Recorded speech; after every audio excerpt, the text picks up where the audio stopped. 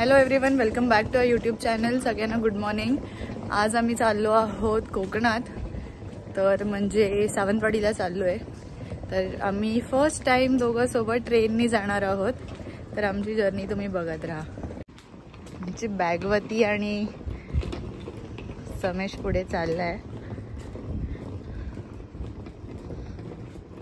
आम्ही पनवेलवरून ट्रेन पकडणार आहोत. आता हे आहे पनवेल स्टेशन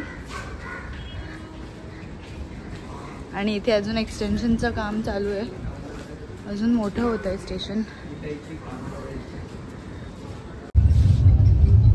जसं आम्ही तुम्हाला सांगितलं, आम्ही ट्रेननी फर्स्ट टाइम ट्रॅव्हल करतोय, कोकणात चाललो आहे. तर आता आम्ही ट्रेनमध्ये आहोत. छान सीट्स मिळाल्या आहेत आम्हाला. जनशताब्दीमध्ये आहोत, फास्टेस्ट ट्रेन.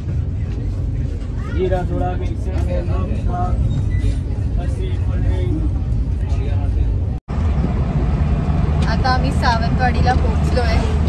तर आम्ही चाललो आहोत सागरेश्वर बीचला आणि बघूया तिकडे आता हॉटेल रूम्स वगैरे चेक करू. आम्ही बीचच्या जवळच राहणार आहोत, म्हणजे संध्याकाळी मस्त सनसेट एन्जॉय करता येईल. कसं वाटतंय कोकणात आल्यावर, मालवणमध्ये आल्यावर? मी सेकंड टाइम आलो आहे. बेसिकली फर्स्ट टाइम जेव्हा आलो तेव्हा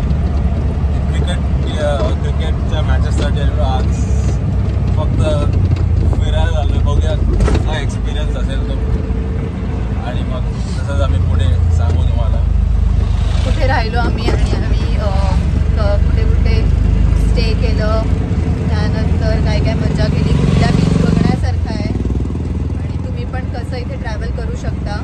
जनशताब्दीनी तर एकदम बेस्ट ट्रॅव्हल आहे. आम्ही ट्रेन पनवेलवरून पकडली, जसं तुम्ही बघितलं आमच्या ब्लॉगमध्ये, आणि तिथून आम्हाला 15 मिनिट्सच लेट होती ट्रेन. मस्त आलो एकदम AC मध्ये बसून, काही न टेन्शन नाही, काही नाही, एकदम रिलॅक्समध्ये. पत्ते खेळले, झोप काढली, खाल्लं आणि खूप मजा केली. तर तुम्ही पुढे हा ब्लॉग बघत राहा. तर आम्ही आता आलो आहोत सागरेश्वर बीचला आणि आम्ही इथे प्रॉपर्टी आता बुक केली ऑन द स्पॉट.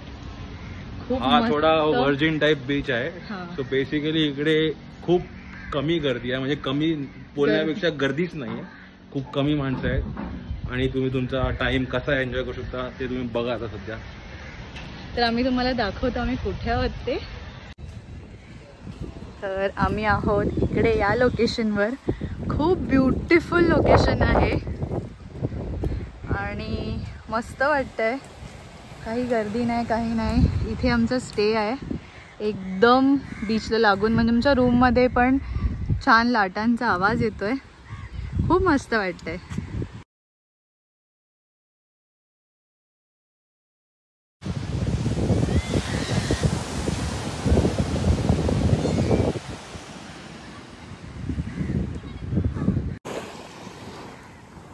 तर आम्ही आता मॉर्निंग वॉकला आलो आहे. न्यू डे, न्यू स्टार्ट आणि खूप मस्त वाटतंय. कोणी नसल्यामुळे बीचवर वॉक करून आता आम्ही ब्रेकफास्ट करणार आहोत.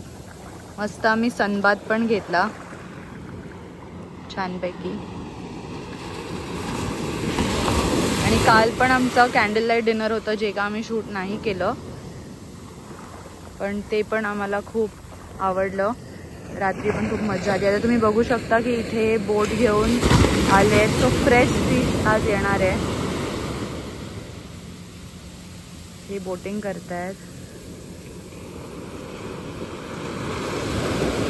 तुम्ही पण एन्जॉय करा साऊंड ऑफ वेव्स.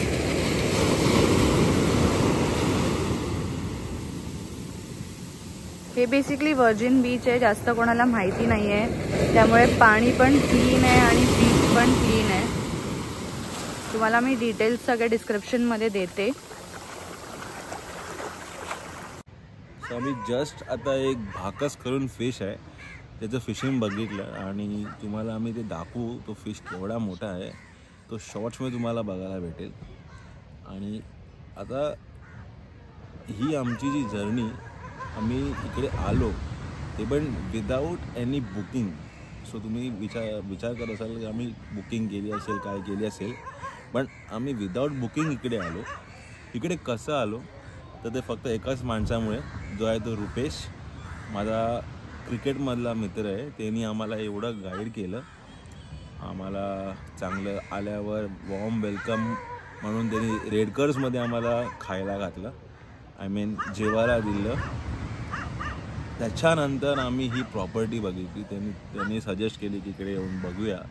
सागरेश्वर करून एक वर्जिन बीच आहे, जे आम्ही तुम्हाला पहिलं सांगितलं ब्लॉगमध्ये. तर त्याच्यामध्ये सॅम अँड सॅन करून एक हॉटेल आहे. So basically that is a hotel with beach facing. आणि तुम्ही इट्स लाईक हार्डली 100 मीटर्स आहे तो बीचचं. 100 मीटर्स पण नाही आहे beach walk. It's like just near by two the hotel. So